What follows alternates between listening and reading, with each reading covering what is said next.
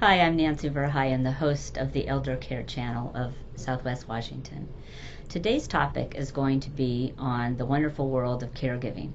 In fact, I have so much information, I've divided it into 3 different videos. One will be a snapshot of what the career of caregiving is all about. The second will be on training and preparation. What classes do you need to take? The third will be Consumer Beware, what you should know before you hire a caregiver. Now, the Care Careers Academy of Vancouver and Longview are sponsoring these videos, and they also have an orientation that will be coming up. If you call them over here, there's some contact information where you could go to a more lengthy 1-hour workshop that could answer all your questions that you might have before you decide to commit to a training program. But I'm here to tell you, caregiving is absolutely a wonderful career. I've worked with caregivers for over 20 years in the home care setting, and I'm really passionate to try to tell people that this is a profession that you'll never dream that you would enjoy so much. Let me tell you a little bit about the need for caregivers. Right now, our population is aging. The baby boomers have entered the senior ranks, and there is currently a shortage of good people. We're not looking for any people. We're looking for compassionate, dedicated, and dependable caregivers. Those that don't have drug habits, those that have a clean criminal background. So I want you, as you're watching this, to think, would you make a good caregiver, or do you know somebody?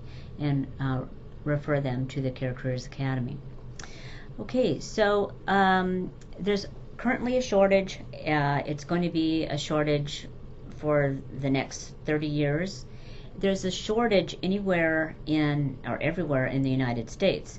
So for instance, Florida and Arizona and parts of California have a critical shortage of caregivers. Those states in the Rust Belt, those in Northeast and Northwest areas don't have as critical a need, but it's very pressing. So no matter where you go, it is a job that you could, if you travel, you could get a job in any state in the United States and get a job. Or if you travel to Hawaii and Mexico, there's jobs for you there too. Let me tell you a little bit about the different types of caregivers, and I'll be getting into this in a little bit more detail in video number 2. There's the caregiver that is called the certified caregiver, and these are people who attended classes before 2012. They attended a 28-hour fundamentals of caregiving class plus continuing education, and they could be very good, and they could also be average in terms of knowledge, I should say. The new designation is home care aide, or HCA. And what that is, it's a 75-hour class. It's just been introduced in the state of Washington a little over 1.5 to 2 years ago. And I think the jury's still out as to where that career is going and job possibilities in the future. Right now it's limited to in-home care, boarding homes, adult family homes, and assisted living. The next long-term care position I wanted to talk to you about is CNAs, or Certified Nursing Assistants. They have probably the most potential in where you could go in your healthcare career, and it's usually entry level to working as an LPN or RN or any healthcare profession. It's a good launching pad for your healthcare career, and you could add all of the different work settings that I've just mentioned, plus you could work in doctor's offices, you could work in clinics, you could work in hospitals, nursing homes, and you have the most possibilities in that profession. The duties could range, they're very varied, let's put it that way, and I'll be going into that a little bit more in the second video. With a caregiver, they could be something as simple as a companion, someone who is helping a senior drive to doctor's offices, grocery shopping, errands, helping with activities of daily living, washing the dishes, preparing a meal. And it also depends on the employer. So for instance, if you work in the home, there's a lot more variety. You could do everything from walk the dog to go on vacation with your client because they might need assistance. I've known some caregivers that have gone on cruises with the clients because they didn't want to travel alone and they wanted their caregiver to attend with them. And then if you work in residential settings like adult family homes, boarding homes, assisted living, they're more task oriented. You do have time to visit with the very fascinating senior residents. But it's more like you'll be given a list of things to do. And as you go up the ladder, it's more task oriented. So for instance, by the time you work in a hospital, you're to see X amount of patients, and you have a very tight schedule of seeing and helping several patients during your workday. So, like I said, if you want more information, attend orientation. How much can you earn? I guess that's usually a big question.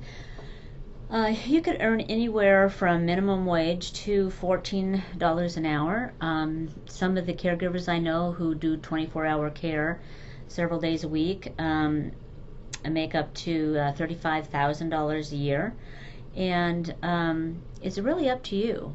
Some caregivers just want to work part-time. Some caregivers want to work full-time. Some caregivers work many hours because they work several different jobs. The versatility is there, so you can do what you want.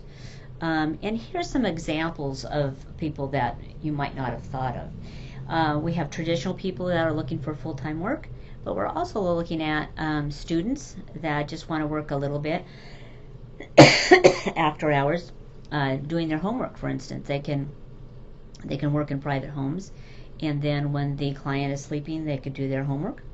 So we have a lot of college students involved with caregiving. I think it's one of the growing areas is the retirement community, because money doesn't stretch as far as it used to.